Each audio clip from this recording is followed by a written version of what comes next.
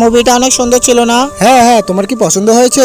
ওই মুভিটা এত ফানি ছিল কি আর বলবো। আরে এটা কি? আরে ওয়াও বেবি, আমি ওই পালকিতে বসবো, তুমি বানিয়ে দাও না প্লিজ, তুমি তো সব বানাতে পারো। আরে ইয়ার, আমার প্রথম এক্স আমাকে আর আমার গার্লফ্রেন্ডকে নিচু দেখানোর জন্য কত কিছু করতেছে। আর কাজলের কি মনে হয় আমি পুজোকে ছেড়ে আবার কাজলের কাছে ফিরে যাব? হ্যাঁ বন্ধুরা, এ সেই কাজল, যে কাজল আমাকে 2 বছর আগে ছেড়ে চলে গিয়েছিল অন্য ছেলের হাত ধরে। সেটা একবার নয়, 2-3 বার। সত্যি বলবো বন্ধুরা, কাজল যখন আমাকে ছেড়ে গিয়েছিল তখন আমি ভেতর থেকে পুরো ভেঙে পড়েছিলাম। তখন আমার জীবনে পরীর মতো পূজা চলে আসলো। প্রিয় বন্ধুরা, আমি আমার গার্লফ্রেন্ডের জন্য একটি অনেক সুন্দর জিনিস বানাচ্ছি। বন্ধুরা তোমরা প্লিজ প্লিজ ভিডিওটিতে একটি লাইক এবং চ্যানেলটি সাবস্ক্রাইব করে দেবে। শুধু তো একটি বটমেই ক্লিক করতে হবে, করে দিও বন্ধুরা। আরে বাহ ইয়ার, পালকি তো তৈরি হয়ে গেছে, চলো এখন পূজার কাছে যাই। হ্যাঁ রামু, অনেক মজা হচ্ছে।